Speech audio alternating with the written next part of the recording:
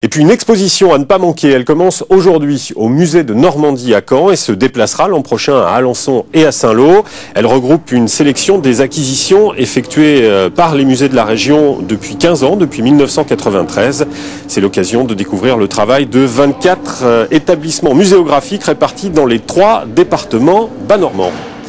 Et on va retrouver Mathilde Leroux qui est la commissaire de cette exposition. Bonsoir, merci de nous avoir rejoints en duplex donc depuis le musée de Normandie. C'est un état des lieux en fait cette exposition, l'occasion de voir le travail qui a été effectué pendant 15 ans.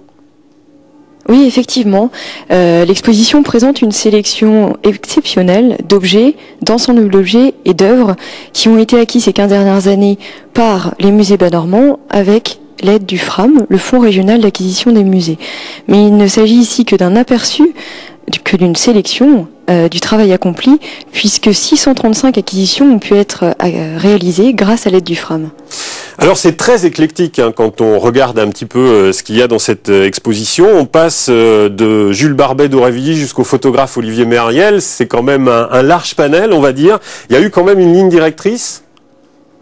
Oui, alors cet éclectisme est le reflet de la diversité et de la richesse des musées bas-normands et de leurs collections qui relèvent de domaines très variés, que ce soit aussi bien les beaux-arts, l'ethnologie, l'archéologie, l'histoire maritime, industrielle, l'histoire très contemporaine marquée par la Seconde Guerre mondiale. Mais il faut savoir quand même que chaque musée mène une politique d'acquisition qui est raisonnée et cohérente et qui s'inscrit dans un projet scientifique.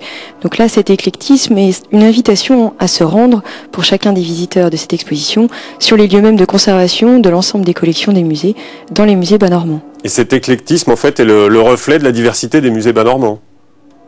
Voilà, exactement. Alors, est-ce qu'il y a dans cette accumulation des 24 musées bas-normands depuis 15 ans, est-ce qu'il y a une pièce dont vous êtes très fier pour cette exposition, une petite pépite que vous auriez envie de sortir du lot ?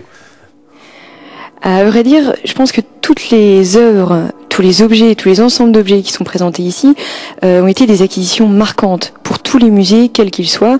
Il s'agit de trésors et ce sont tous des trésors, quel que soit le domaine dont ils relèvent.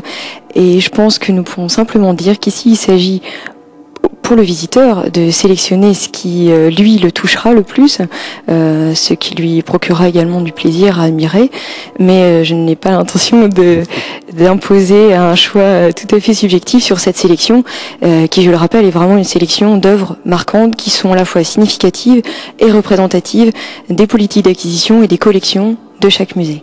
Merci infiniment Mathilde Leroux et je rappelle que cette exposition sera itinérante puisqu'elle ira ensuite à Alençon et Saint-Lô. Merci beaucoup.